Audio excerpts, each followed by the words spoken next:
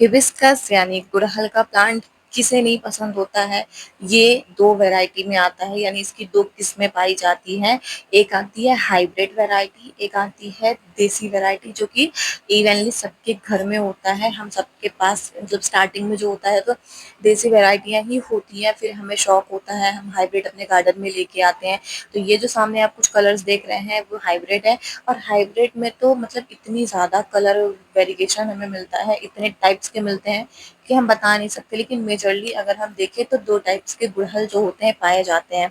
लेकिन इन दो टाइप में सबसे ज़्यादा मतलब एक प्रॉब्लम जो आती है एक गार्डनर को, वो होती है इनमें फूल न खिलना। प्लांट्स को हम नर्सरी से लेके आते हैं, चाहे देसी हो चाहे हाइब्रिड हो, दोनों में ये प्रॉब्लम आती है कि हम नर्सरी से लेके आते हैं या फिर हम कहीं से कटिंग लगाते हैं, कुछ भी करते हैं, हम उसको अपने गार्डन में लेके आते हैं।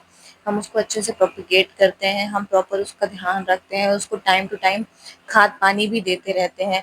लेकिन क्या होता है कि उसमें हमें कलियां देखने नहीं मिलती, फ्लावर देखने नहीं मिलती, जब उस कंडीशन में जिस कंडीशन में इसको फ्लावरिंग करनी चाहिए सबसे ज़्यादा।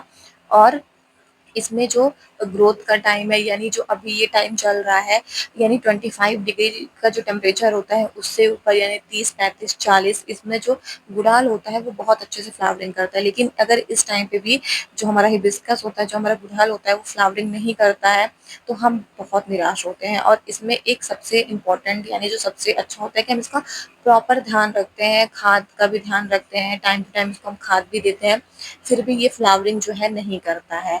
तो देखिए इनके कुछ कारण हो सकते हैं, बस ये नहीं है कि बस खाद ही हो, कुछ नॉर्मल चीज़ें भी होती हैं जो कि हम स्किप कर देते हैं, जिससे कि जो गुड़हल होता है उसमें हमें फ्लावरिंग देखने नहीं मिलती है।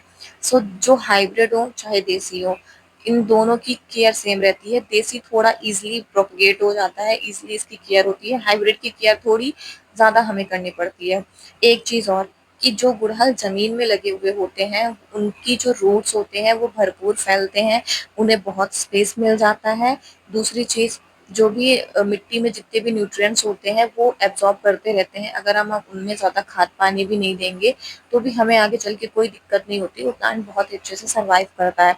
लेकिन गमले में इसकी कंडीशन अलग होती है, गमले में मिट्टी जो होती है सीमित होती है, तो उनकी जो ग्रोथ होती है वो फुली डिपेंड करती है फर्टिलाइजर्स के ऊपर।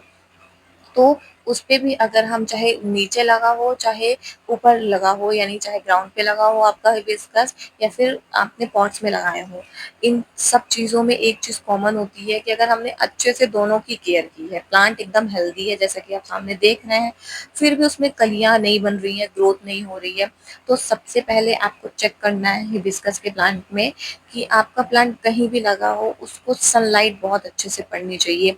यानी कम से कम 7 से 8 घंटे की अगर प्रॉपर सनलाइट आप अपने प्लांट्स को दोगे, सो जो इसमें है फ्लावरिंग बहुत अच्छे से होगी।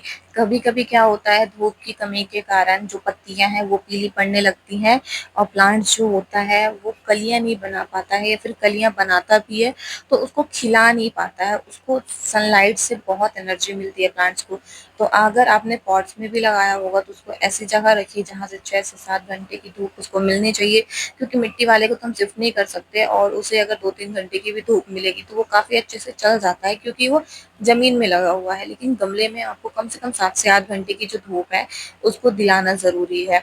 सेकंड चीज़ जो है, हमें इसमें पानी का बहुत ध्यान रखना है। देखिए मिट्टी वाले में तो कोई दिक्कत नहीं है, आप ओवर वाटरिंग कर दो, आप चाहे भर-भर के नदियाँ बहा दो, कोई दिक्कत नहीं है, क्योंकि जो मिट्टी है वो कुछ टाइम बाद पानी जो है सोख लेगी, पूरा का पूरा पानी जो है नीचे चला जाएगा और प्लांट सड़ेगा नहीं। लेकिन गमले में ये बिल्कुल नहीं होता, गमले में पानी जो होता है हमें चेक करके देना होता है।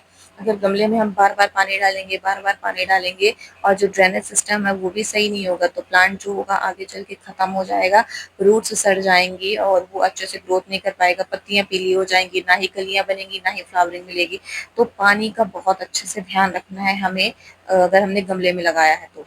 तीसरी चीज़ कि प्लांट अगर लीफी ग्रोथ करता है, यानी उसमें काफ़ी ज़्यादा जो लीफ होती हैं आती हैं, ब्रांचेज़ आती हैं, लेकिन फ्लावरिंग नहीं आती है। जैसे देख सकते हैं यहाँ पे जितने भी प्लांट जो हैं इनमें मतलब प्लांट तो एक ही है लेकिन इसकी जो ग्रोथ है वो काफ़ी अच्छी है, लेकिन फिर भी इसकी जो कलियाँ हैं वो बहुत अच्छे से डेवलप नहीं हो पा रही है, नहीं बन पा रही है। तो इसका एक कारण होता है कि जो इसमें नाइट्रोजन का सोर्स है वो ज़्यादा है, यानी हमने कोई भी फर्टिलाइज़र दिया उसमें नाइट्रोजन की मात्रा तो ज़्यादा थी, लेकिन फास्फोरस की मात्रा बहुत कम थी, तो आपको इसमें एक ऐसी चीज़ ऐड करनी है जो कि फास्फोरस रिच हो। यानी जैसे आप सरसों की खली का पानी जो है वो बना के दे सकते हो, या फिर आपके पास केले का छिलके का फर्टिलाइज़र हो, आप वो बना के दे सकते हो। इन दोनों का फर्टिलाइज़र आप 15 दिन में एक बार अपने प्लांट में दीजिए, फिर देखिएगा कि जो अगर कलियाँ नहीं बन रही हैं वो भी बनना स्टार्ट हो जाएगी, और जो प्लांट है वो बहुत ही अच्छे से सर्वाइव हो जाएगा। सो प्लांट्स की कंडीशन देख के ही हमें उसमें फर्टिलाइजर्स या फिर उनकी केयर हम डिसाइड कर सकते हैं। जब भी आपके प्लांट्स में आपको फ्लावरिंग कम दिखे या फिर ग्रोथ कम दिखे, तो आप उनमें फर्टिलाइजर्स का तो ध्यान दीजिए। उसके साथ साथ ये जो छोटी छोटी टिप्स हैं इनका भी आप ज़रूर ध्यान दीजिए, जिससे प्लांट बहुत ही अच्छे से ग्रोथ करे और बहुत ही अच्छे से फ्लावरिंग भी हमें अपने प्लांट्स में देखने मिले। ये वीडियो बस यहीं तक। मैं आपको एक कॉमन चीज़ बता रही थी कि हमेशा फर्टिलाइज़र ही ज़रूरी नहीं होता। कभी कभी प्लांट्स में फर्टिलाइज़र देने के बाद भी फ्लावरिंग नहीं होती है, तो इनका रीज़न यही होता है, या तो धूप की कमी या फिर पानी की कमी। वीडियो को यहाँ तक देखने के लिए थैंक यू सो मच।